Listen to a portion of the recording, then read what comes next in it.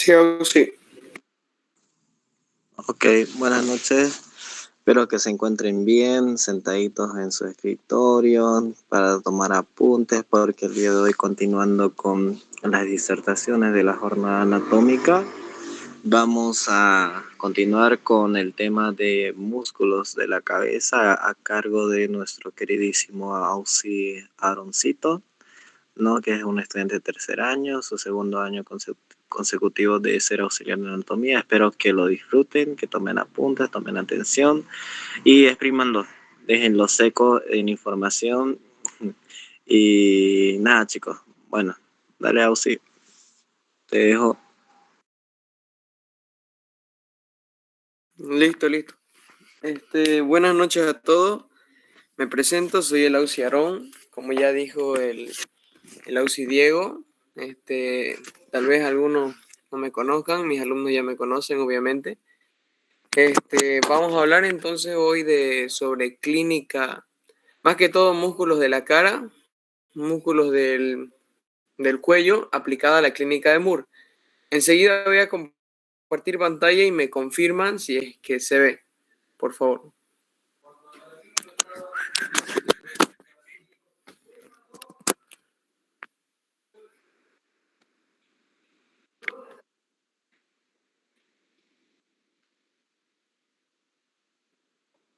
Ahora sí, ¿me confirman si se puede ver, por favor? Se ve, Ausi. Se ve. Ya. Muchas gracias. Entonces vamos a partir comenzando sobre lo que es la miología de la cabeza. Ya sé que ustedes lo han avanzado. Vamos a hacer más énfasis, para no hacerlo tan aburrido, abarcado a la clínica, porque como ustedes saben, este año se implementó lo que fue como parte de la bibliografía oficial, 30% Moore, 70% lo que es Rubier, ¿ya? Entonces, primero que nada, tenemos que saber que los músculos de la cabeza los vamos a dividir en dos, en los músculos masticadores y en los músculos faciales. Los masticadores, yo sé que ya lo han visto. Vamos a tener primero que nada que van a ser 4 para cada lado.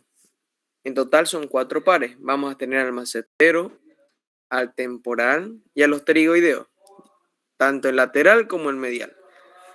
Partamos por el macetero. Este macetero vamos a ver que va a poseer 3 fascículos según Rubier. Hemos visto entonces que cuando han empezado a describir lo que son huesos del cráneo, íbamos a tener al arco cigomático. El arco cigomático iba a ser el punto de unión entre lo que era el hueso temporal y el hueso cigomático. Ambos estos formaban el arco cigomático. Este arco cigomático viene a ser importante y relevante. Gracias a este tenemos al músculo macetero. Este músculo macetero va a tener parte de su inserción en el arco cigomático y de este vamos a ver que es su fascículo superficial. ¿Qué quiere decir? El más superficial va a ser en los 3/4 anteriores del arco cigomático. El fascículo medio va a ir inferior al ángulo cigomático, que quiere decir más o menos a esta altura. Y profundamente cara medial del arco cigomático. O sea, no se va a ver aquí, pero está mirando, va a ser una cara más interna, pero esos van a ser los 3 fascículos. La función del macetero, este macetero va a tener su punto de inserción en el ángulo de la mandíbula. Específicamente ya lo han visto ustedes en la rugosidad macetérica que se ve en lo que fue el hueso de la mandíbula. Podemos resumir entonces que el macetero va del arco cigomático a lo que es el ángulo de la mandíbula. Va a estar inervado por el macetérico, nervio macetérico, rama del trigémino. Su función específica, aquí la estoy poniendo, va a ser elevador.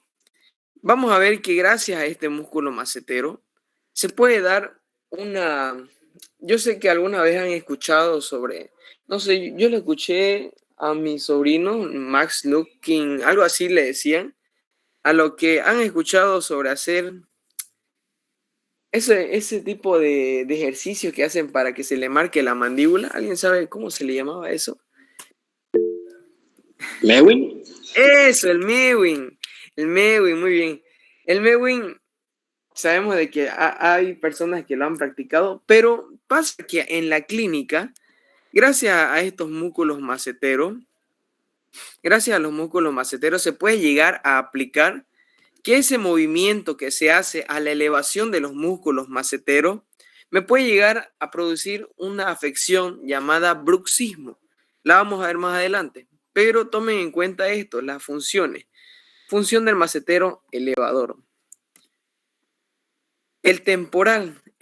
Vamos a ver que se va a dar su inserción en la fosa temporal. Una vez ya armado todas las porciones del cráneo, se va a formar la fosa temporal. Entonces, en todo este reborde, denominado fosa temporal, y de igual manera en la línea temporal inferior del parietal, vamos a ver que se va a ver el origen y se va a insertar, si se pueden dar cuenta, en la apófisis coronoide de la mandíbula. ¿Alguien sabe o se acuerda cómo se llama esa apófisis que está por detrás de la apófisis coronoide de la mandíbula? Esta de acá.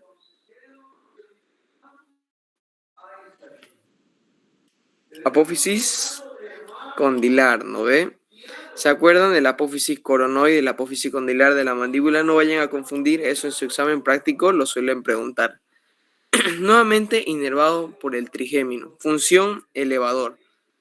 Ahora los pterigoideos, vamos a tener los pterigoideos tanto lateral como medial. Cuando yo vea aquí el pterigoideo lateral, va a tener dos fascículos. ¿Qué quiere decir dos fascículos? Dos puntos de inserción, tanto uno superior como uno inferior.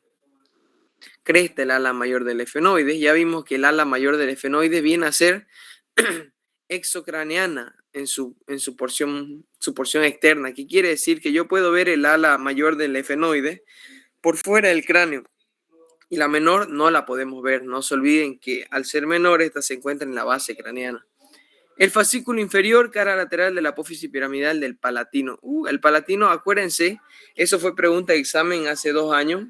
El palatino venía a ser el único hueso de todo el cráneo que se puede encontrar tanto en la cavidad orbitaria, cavidad bucal, cavidad nasal, fosa pterigoidea lateral. El palatino. Ahora, aquí nuevamente vemos que el palatino va a dar un punto de inserción para el fascículo inferior. Y la inserción va a ser en la cápsula articular denominada temporomandibular, que tiene doble disco. Ahora, esta función del pterigoideo lateral va a ser la diducción. ¿Qué es la diducción? El movimiento de nuestra mandíbula de lado a lado. Yo sé que ustedes saben mover la mandíbula de lado a lado. Eso se va a llamar un momento de diducción, movimiento de diducción. El medial lo podemos ver en una porción más interna. Y miren, este va a ir directamente desde la fosa pterigoidea. Acuérdense, ¿alguien sabe cómo se llaman estas apófisis? La apófisis. Tarea, repasen. Pero aquí el mismo nombre me indica, ¿no? La pterigoidea.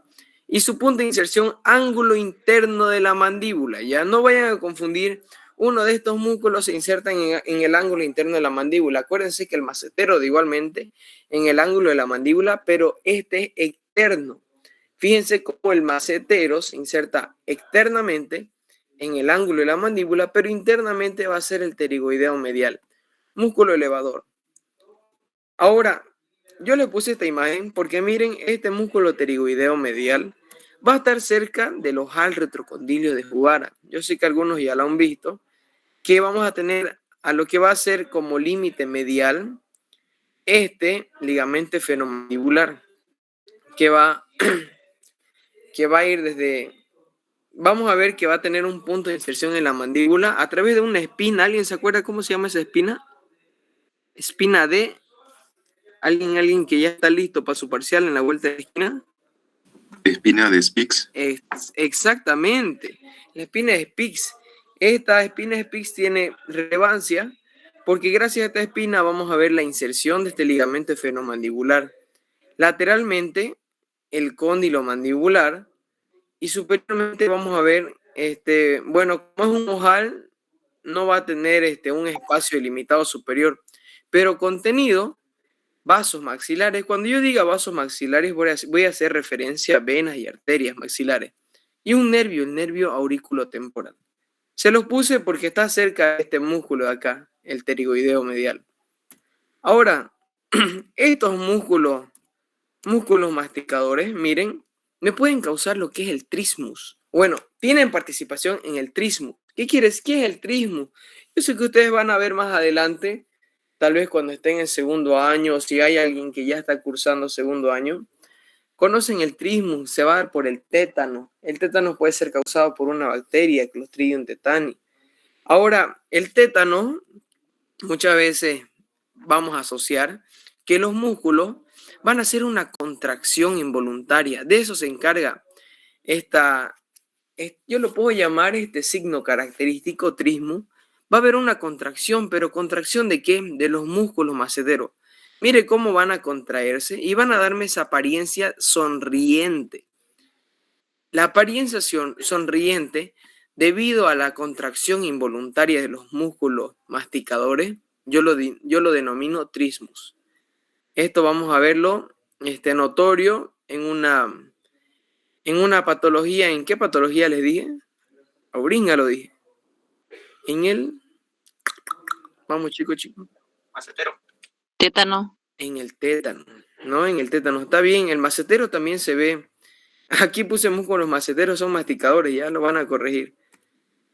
Ahora, esto fue lo que les estaba diciendo hace rato sobre el mewing, ¿no? que se llama, que es más conocido, cuando uno está haciendo, normalmente, pero o sea, ese es uno de los motivos.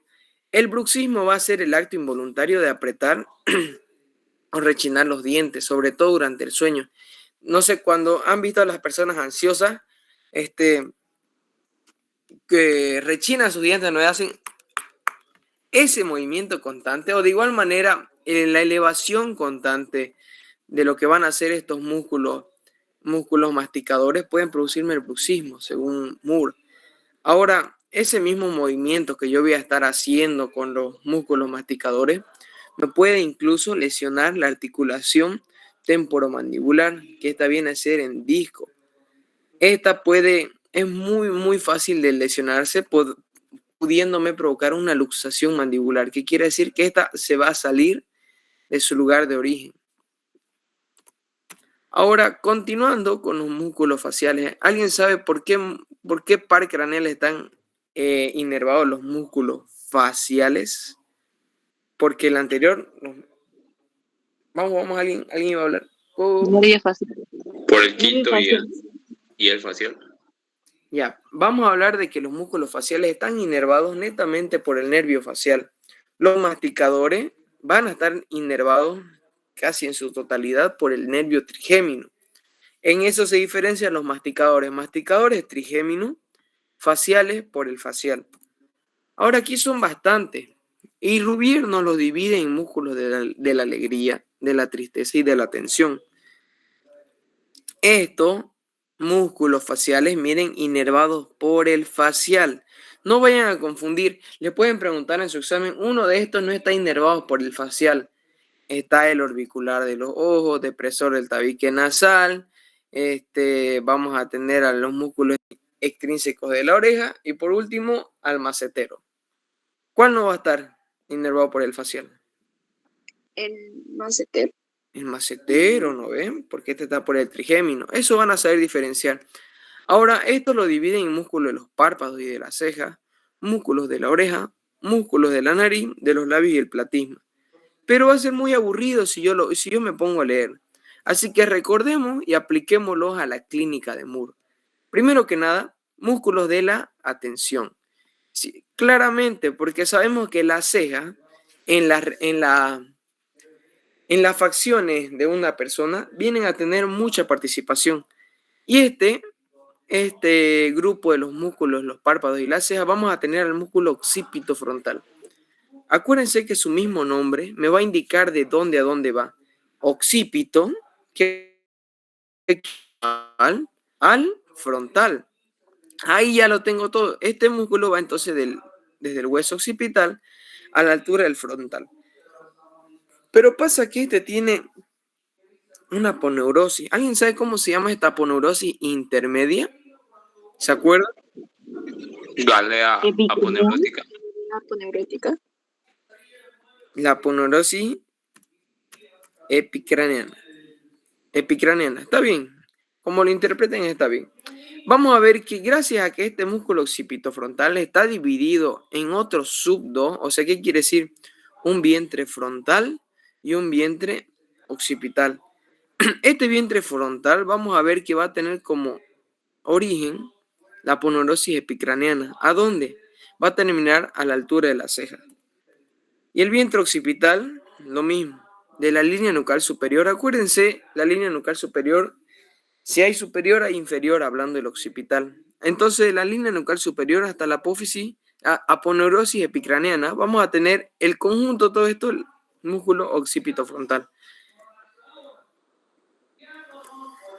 Miren, por eso se nos hace referencia que es un músculo de la atención, porque las cejas tienen mucha participación. Prócer. Este músculo prócer bien pronunciado cuando las personas están queriendo hacer alguna reacción, levantando sus cejas, juntándolas cuando están enojados. El prócer tiene mucha participación. Entonces, vamos a ver que superiormente a la nariz va a tener su origen y va a tener su inserción en el cartílago lateral y el hueso nasal, o sea, a más o menos a esta altura. Esto me importa mucho, el músculo orbicular del ojo.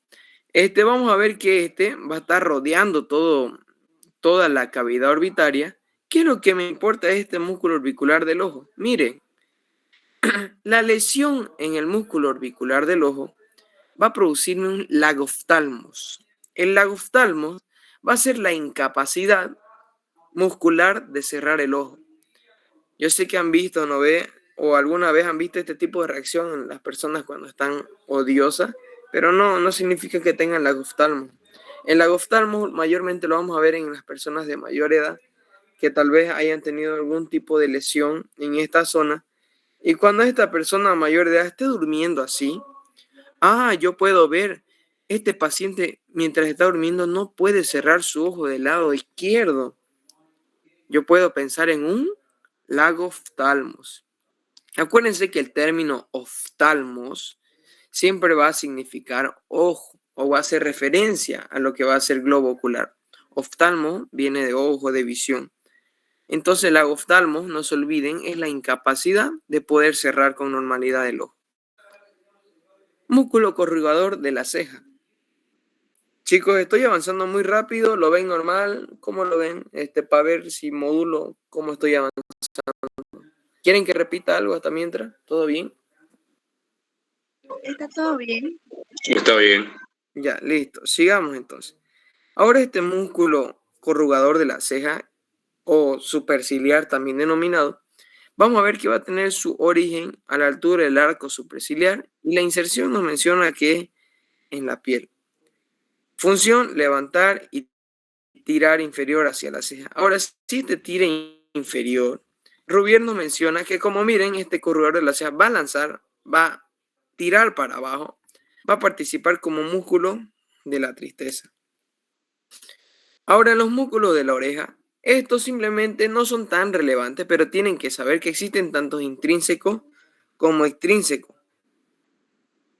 Gracias a que tenemos dos grupos, los intrínsecos van a ser propiamente de la oreja. ¿Qué quiere decir intrínseco? Por dentro de la oreja.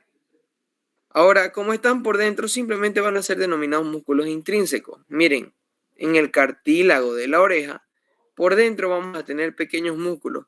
Ahora, si yo hablo externamente, vamos a tener un músculo auricular anterior. Y si hay anterior, lo más probable es que haya posterior. Pero estos no son tan mencionados. Así que continuemos con los músculos de la nariz.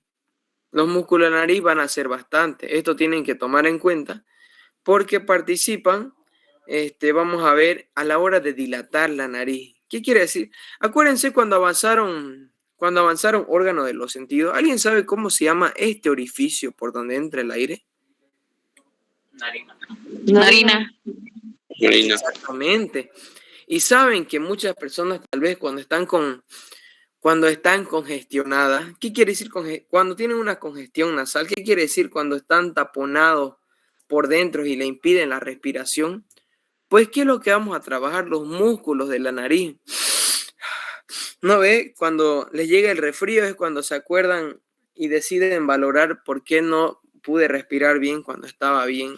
Y solamente nos damos cuenta que debemos valorar cuando ya no podemos respirar bien porque estaremos enfermos, resfriados. Ahora ahí participan estos músculos nasales. Vamos a tener el origen, una porción transversal. Este músculo nasal, vamos a tener que tiene tanto una porción transversal y una porción alar. La porción alar va a estar literalmente a la altura del ala de la nariz. Vamos a ver que de igual manera la nariz está conformado por cartílagos. Y parte de esos cartílagos van a ser punto de inserción para que puedan pasar lo que es el músculo nasal con su porción transversal y su porción alar. Estas van a venir, esta porción alar, vamos a ver que directamente se va a insertar en el cartílago de la nariz. Y esta porción transversal, miren cómo de superior a inferior va a ir a la altura de la fosa canina del maxilar. Eso en cuestión. ¿Alguien sabe qué otro nombre tiene la fosa canina? Mirtiforme. Exactamente, o mirtiforme. No se olviden, esto del tema de que fosa canina o mirtiforme, lo preguntan incluso en segundo año. Si no saben ustedes anatomía, pónganse a leer. Les va a servir más adelante. El músculo mirtiforme, de igual manera, vamos a ver que va a tener como origen el arco alveolar, que quiere decir a la altura de los alvéolos, de los dientes, y va a terminar en el borde posterior de la narina, aquí. De igual manera en la fosita mirtiforme o fosa canina. Función va a descender la nariz. Músculo de los labios, de igual manera estos van a ser músculos de la tristeza. Vamos a ver que va a estar el músculo elevador del ángulo de la boca, el ángulo de la boca. Esto me recuerda por si acaso a ver un pequeño flashcard. Acuérdense que lo que es la glándula parótida. ¿Alguien sabe cómo se llama el conducto de la glándula parótida? De Steno. De Stenum, ¿no ve? Ese conducto de Stenum por lo general va a la altura del trago de la oreja a la comisura de los labios. ¿Por qué lo menciono? Más ratito vamos a ver qué músculo tiene participación con este conducto de Stenum. Ahora, este músculo elevador del ángulo de la boca va entonces de la fosa canina o mirtiforme al labio superior. Función elevar. Este músculo bucinador. Este músculo bucinador, o también llamado, ¿alguien sabe cuál es el otro nombre según Moore? ¿Alguien se leyó Moore? Músculos del trompetista. Muy bien, músculo del trompetista. Es el otro nombre que se le domina al músculo bucinador o buchinador, como ustedes lo quieran llamar.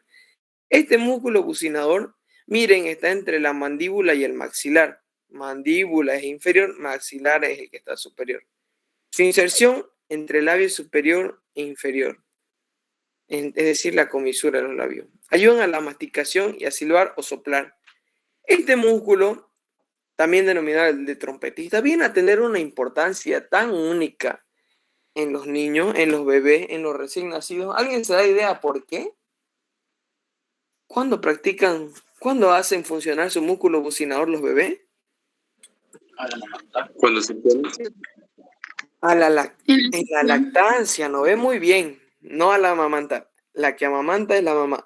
El bebé se encarga de lo que va a hacer, en otras palabras, chupar teta, ¿no ve? Le dicen. Tiene entonces mucha importancia en lo que va a hacer en el desarrollo del bebé gracias a la lactancia de este bebé. Ahora este bucinador, miren, vamos a ver que se va a encontrar perforado por el conducto de Stenum, conducto que le pertenece a la glándula parótida. Este sale de la glándula parótida Este conducto externo, acuérdense que va desde el trago a la comisura de los labios. Este conducto externo sale de la glándula parótida, pasa por delante nos mencionan por delante del macetero, perfora el músculo bucinador. ¿Y dónde termina? ¿Algún chico? ¿Alguna chica, persona, estudiante que me diga, perro, animal, terian, alguien que me responda? A la altura del segundo molar. Exactamente, frente al segundo molar superior, ¿ya? Entonces, del trago a la comisura de los labios, el conducto externo sale de la parótida superiormente, miren, al macetero, perfora el músculo bucinador y termina a la altura del segundo molar superior. Ahora, ¿qué clínica yo puedo aplicar? La incapacidad de que este músculo bucinador haya una lesión, yo puedo llegar a acumular comida en el lado que esté dañado. ¿Qué quiere decir? Gracias a la incapacidad de masticar, de igual manera se puede acumular comida en el lado dañado, al músculo bucinador. Músculo depresor del labio inferior, depresor, entonces pertenece al músculo, a los músculos faciales de la depresión, porque este va a darme fascia depresiva. Parte lateral del mentón, miren a los laterales del mentón, inferior al labio, y va a tirar hacia abajo. Músculo mentoniano va a estar entre los músculos inferior lateral del labio inferior. Miren, ocupa vamos a ver entre los músculos depresores, claro, como lo acabo de mencionar. Inserción mentón, elevar el mentón y el labio inferior. Músculo elevador del labio superior y de la nariz. No hay mucho que hablar, se la voy a pasar esta diapo porque no me gusta leerle las diapos, pero en el tema de músculos pues no queda más que ustedes puedan repasar. Hay una mnemotecnia para el cigomático menor y cigomático mayor.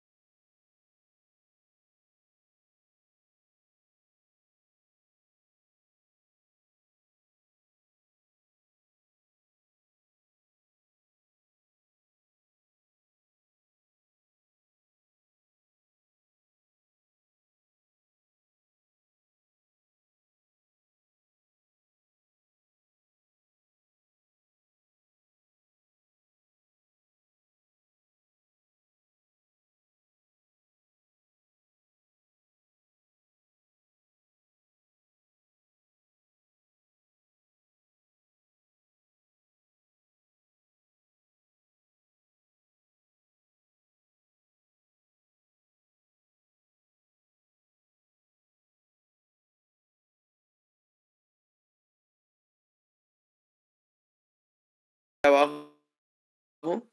¿Alguien se acuerda cómo se llamaba la incapacidad de cerrar el ojo por algún daño en el orbicular? La oftalmia. Exactamente, pero eso, el agoftalmo va a ser solamente cuando esté dañado el músculo orbicular del ojo.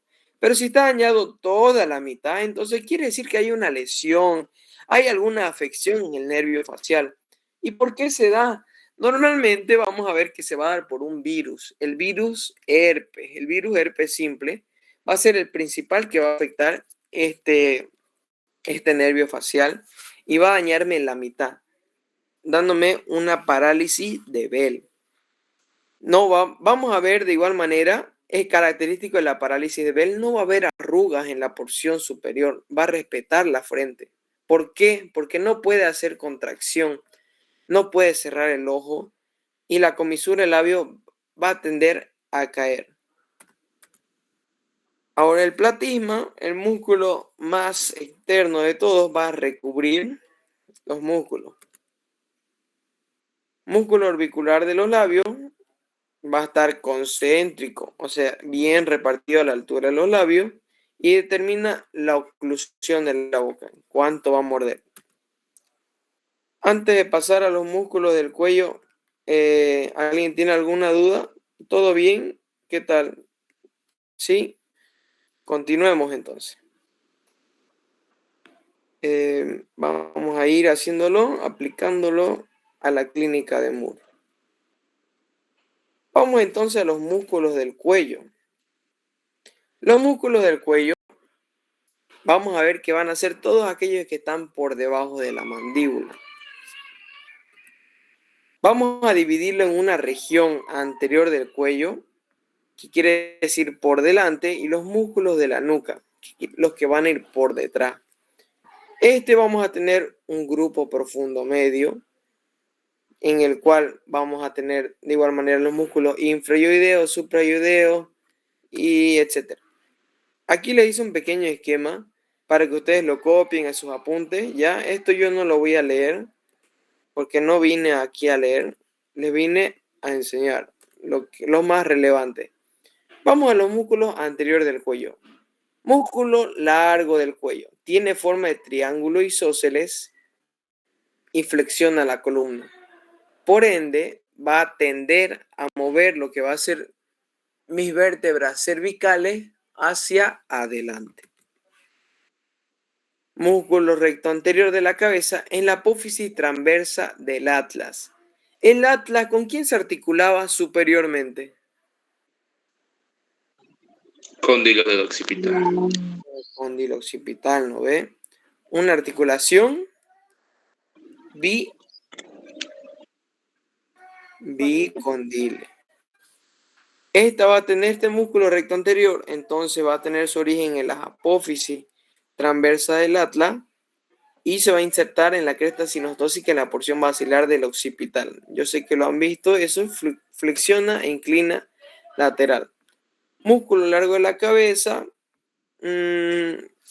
Como les digo, esta cosita vamos a tratar de avanzarlo un poco más rápido. Se inserta en la apófisis transversa de C3, C4, C5 y C6.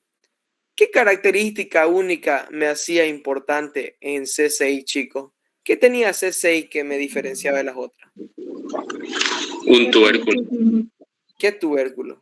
De Chassain. De Chassaignac, ¿no ve? Pregunta de examen. C6 viene a tener el tubérculo de Chassaignac. Y C1 no tenía cuerpo, tenía arco anterior, arco posterior. C2, ¿qué tenía? Apófisis. Odontoide. Y ya las otras tienen salud, ¿no ves? Lo de menos.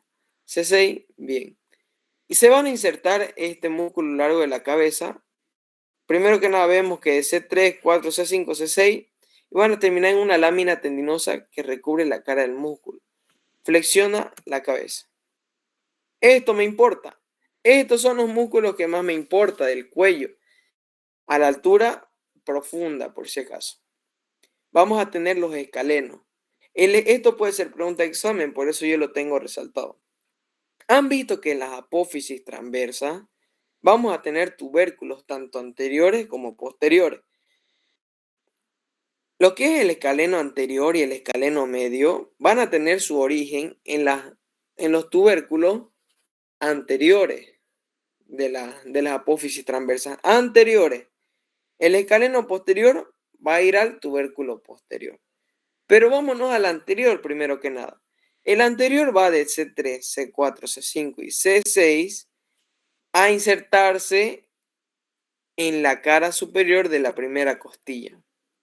Ahora, si yo les viniera a dibujar aquí, ¿qué pasa anterior al escaleno anterior, a la altura de la inserción? ¿Alguien se acuerda? Pasa aquí una estructura. La vena subclavia. La vena subclavia, muy capo. Alto crack.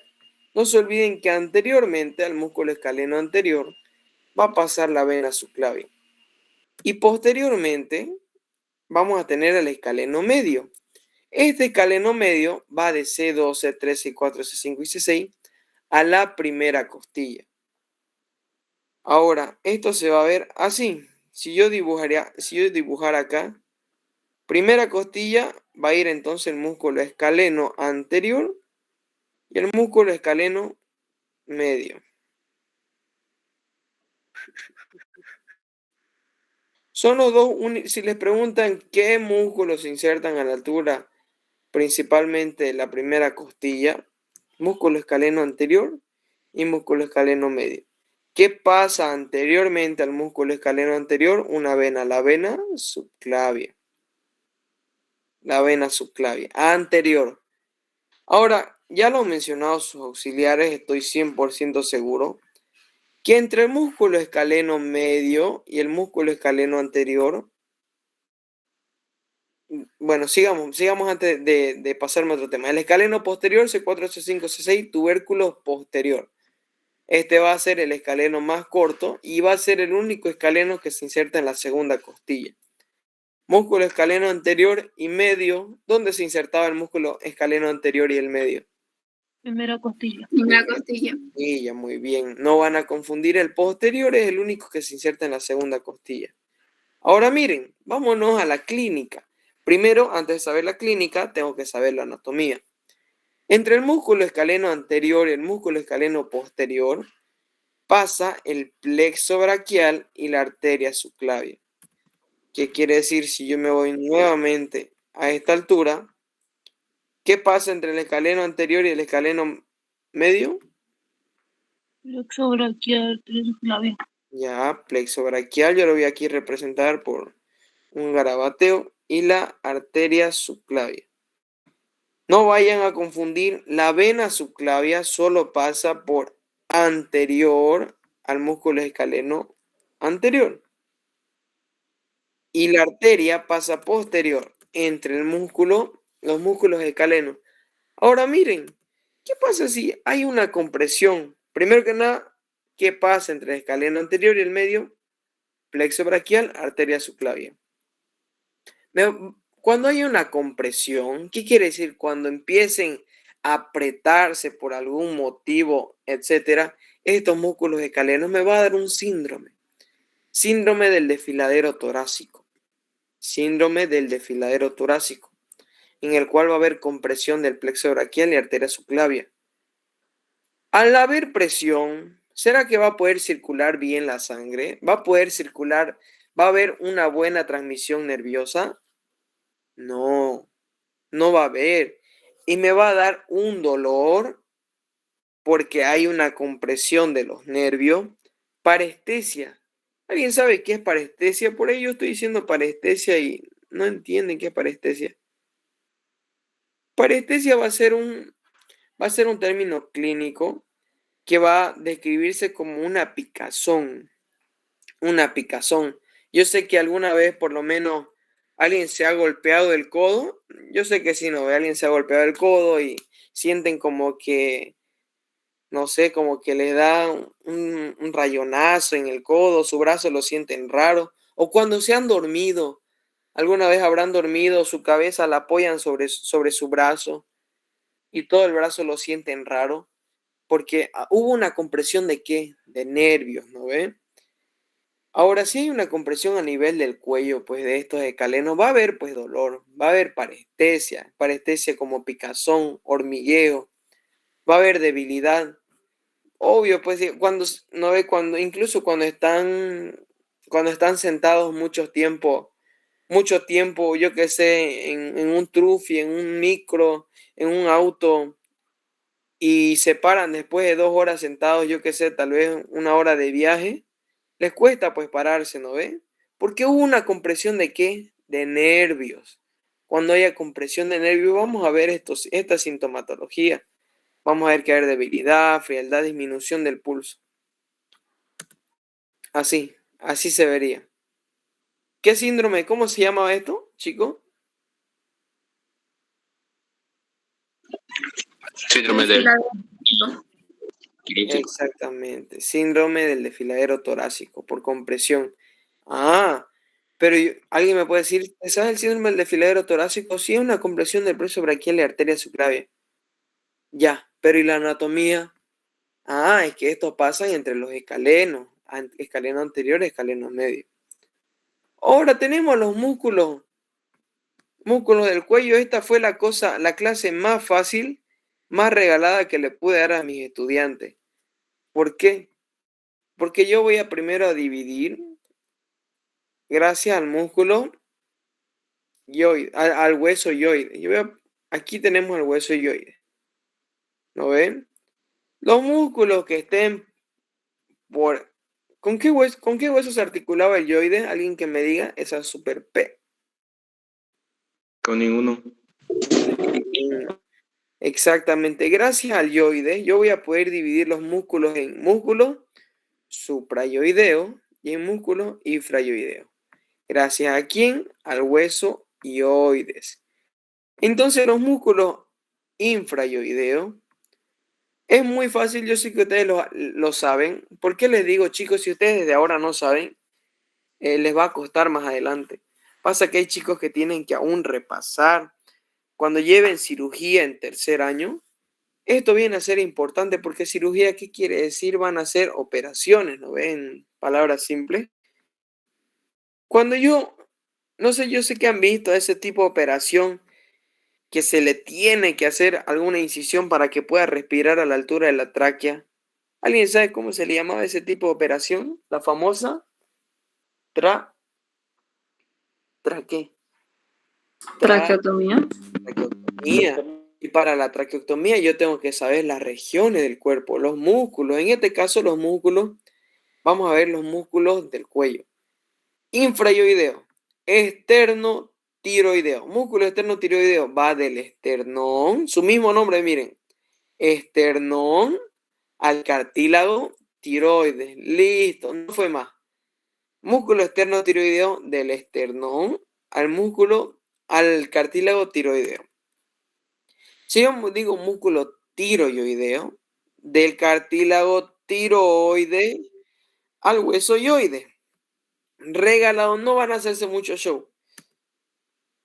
Músculo esternoyoideo, nuevamente. Ojo, miren, aquí hay una diferencia.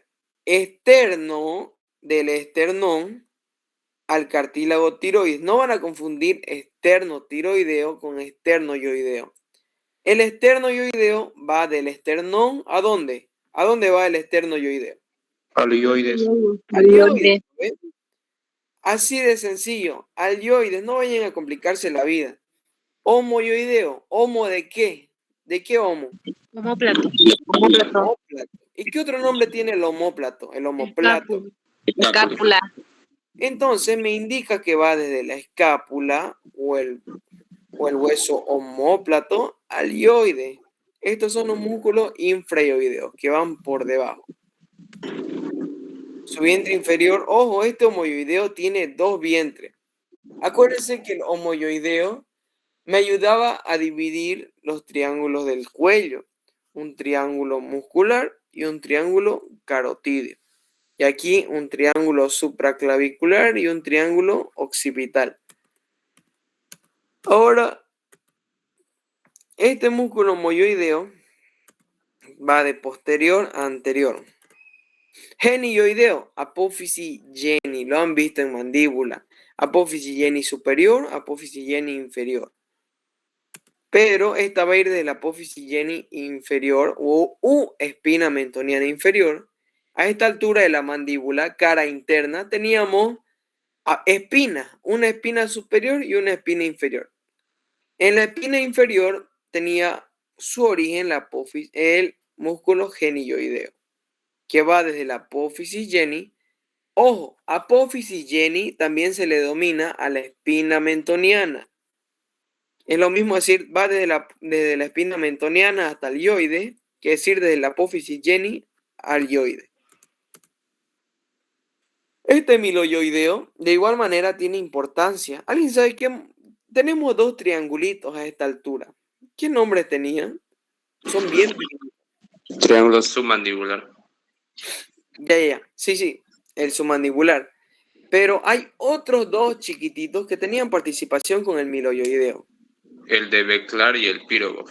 Exactamente, Biklar y Pirogov. Eso de igual manera pueden preguntar. Les encanta preguntar lo que es triángulo del cuello, pero ustedes estudien todo. Este músculo miloyoideo va desde la línea miloyoidea. Lo han visto en la mandíbula, ¿no ves? Lo han visto desde la mandíbula al hueso yoide. Digástrico. Este músculo digástrico tiene mucho. Acuérdense que está inervado tanto por el facial y el... ¿Qué otro nervio inervan al músculo digástrico? El trigénimo, el nervio miloyoideo. El nervio miloyoideo. Acuérdense que tanto el vientre anterior como el vientre posterior tienen una distinta inervación. La inervación anterior aquí va a ser del nervio miloyoideo, es decir, el nervio trigémino. Y el vientre posterior va a estar inervado por el facial. Eso no vayan a confundir, el digástrico tiene una doble inervación. Vientre posterior por el facial y el vientre anterior por el trigémino, específicamente el nervio miloyoideo.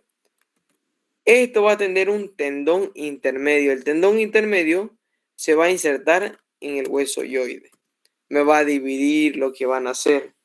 De igual manera, los triángulos. Y así se ve en una cara anterior. Y esto se ve en el cadáver. Yo estaba pensando preguntárselo a mis alumnos para su primer parcial, vientre anterior. Así que para los que están en clase, tomen atención.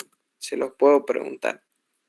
Estiloideo de la apófisis estiloide al yoide. ¿Cómo se llama el ramo que se encuentra en la apófisis estiloide? El Ramillete de Riolano. ramillete de Riolano. Muy bien, el ramillete de Riolano conformado por 3 músculos y 2 ligamentos. Ligamento. Muy bien. Ahora, esto, yo sé que alguna vez han escuchado sobre la tortícolis. Ya sabemos que el esternocleidomastoideo, sus cabezas, aquí al punto de inserción, acuérdense, cabeza esternal, cabeza clavicular. ¿Cómo se llama el triángulo que se encuentra entre estas cabezas? Triángulo de Sediliot. Selyott. Muy bien. Se van a insertar en la apófisis mastoides, pero vámonos a la clínica. Primero que nada, cuando estos músculos, tanto infrayoideos, principalmente los infrayoideos, como cuál esternoyoideo, esternotiroideo, estos músculos, cuando falla, cuando vaya a haber una afección, me puede provocar tanto disfagia y si hay dolor o dinofagia. ¿Qué es disfagia? Yo me acuerdo de dificultad. ¿Dificultad de qué? ¿Qué será fagia? Dificultad de tragar. La dificultad de que yo pueda tragar, sea líquido, sea alimento, incluso nuestra propia saliva. La dificultad de tragar, gracias a que no están funcionando bien los músculos infrayoideos, se va a denominar disfagia. ¿Y qué será odinofagia? ¿Qué será odinofagia? Si ya dijimos que disfagia es la dificultad de tragar. Odinofagia va a ser eso, el dolor. El dolor a poder deglutir, de poder tragar, va a ser denominado odinofagia. Disfagia, dificultad para tragar. Odinofagia, dolor al tragar. Ahora miren, la tortícolis. Yo sé que yo lo he visto incluso en series, en dibujitos, cuando están diciendo, ay, estoy estresada, me va a dar tortícolis. Yo, hasta que lo estudié esto, la tortícolis va a ser una contracción. ¿De qué músculo? ¿De qué músculo vemos que tenemos principal músculo que me divide los triángulos del cuello? Esternocleidomastoideo. Esternocleidomastoideo, tal cual.